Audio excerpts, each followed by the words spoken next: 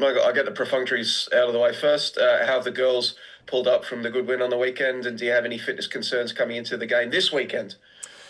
Everyone pulled up really well. The positive thing is that Briley Henry is available to join the squad. So that's a big in for us, having been a massive part of our campaign last year. So a good opportunity to play her first minutes on the weekend. But otherwise, everyone else is, apart from still Shelby McMahon and Laura Hughes and Caitlin Carriage, the rest are available. Briley, how many minutes do you think she's got in her on her return? Well, the medical team are telling me around 30, but seeing her in training, I think she can play a half quite comfortably. She's got a good base and a really strong mentality. So, yeah, I would say any time in the second half, she can be available for us. And I guess it must be quite nice to be coming off such a good win against Perth Glory, maybe the first 15 or so minutes aside, and then be able to add a Matilda like Briley Henry into the mix as well. Yeah, definitely. I think, look, one, she's a top player, so she's going to give us a good boost. And I think the mood at the moment is very strong. I think we've progressively been improving on the things that we're trying to implement. Obviously, each team gives us different challenges. And Perth Glory did definitely give us those challenges in the first 10, 15 minutes, like you mentioned. But we were able to find the right solution pretty quickly and turn the game on its head. And then from about the 20th minute mark, or basically once we scored, I think it was around the 21, 22 minute mark, we were quite in control. So, yeah, pleasing signs and things are going in the right direction.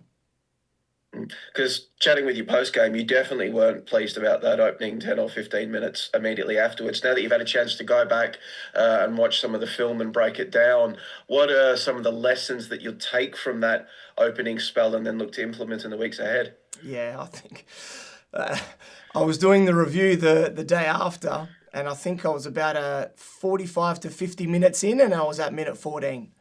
So, and I probably had about 30 to 32 clips, I think I had, of things to improve on. So that's how I sort of analyze things. And then I cut it down and we show some team stuff, some individual stuff on our positioning and how we can improve. So that match was probably one of the longest that took me to analyze. But eventually it got a lot of positives. But overall, yeah, we've tried to change a couple of things, but it was more tried to change to improve because we don't expect to come up against the same sort of problems that Perth caused us compared to how Sydney played. But in general, we needed to just at least understand what was happening and how we can improve on it. Because I won't ask you to break down every single clip that you have produced, but was there a sort of theme on what you wanted to see improved, a general overarching narrative going through the clips? Yes, definitely. So I was hopefully quite clear. I'll say that in the review of that first 15, 20 minutes. And really good learning opportunities. That's what it's all about. So you don't win the championship now, you win the championship at the end. So we want to keep improving every single week, and every team throws different challenges, and we want to keep improving our football IQ, and whatever the pitcher is throwing at us, we'll be able to adapt. So we want to keep adding layers to our football style. I guess Sydney FC this weekend, what are the challenges unique to them that you expect to come up against? They're normally very compact and very aggressive, pressing on restarts, but then very compact, more mid to deep block and looking to transition. So a team like us that like to dominate the ball and pin teams in, we have done that to them in the past, but really struggled to break them down. So we've been doing a fair bit of work on that, and we'll be training in about an hour's time to try and think about some patterns, how we can open them up, but then always be wary of their transition moments, which they're very, very dangerous on. So yeah, it'll be a different game, but we showed the girls a few clips from round one, which we've definitely learnt from, and hopefully we can do things a little bit better and break them down. I know you and the Wellington Phoenix are vastly different size, but Wellington did put 7 past them the last time they played. Is there anything that you can take from that game and implement yourselves? There were some things, but Wellington play a very different type of style. Their shape is different. The way they attract pressure is different. The way they press, they have different pressing triggers. So different. And I would say that, a match like that, they've been sitting on for now, I think, nearly 2 weeks, I think, Sydney. So they may change, but they're very consistent in their game model and how they do things under Ante. So we're assuming it's going to be the same, but maybe they change. So we need to be able to be ready to adapt from the first few minutes. But otherwise, we're planning for what we expect they've been doing. But I'm sure they'll be a bit more aggressive and trying to make amends for that.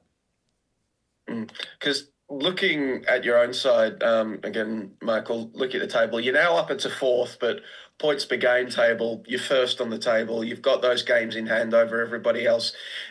Do you talk about that sort of position amongst the group about, we're down in 4th, but we're better points per game than everybody else, and if we handle our own business, we'll be top sooner than later?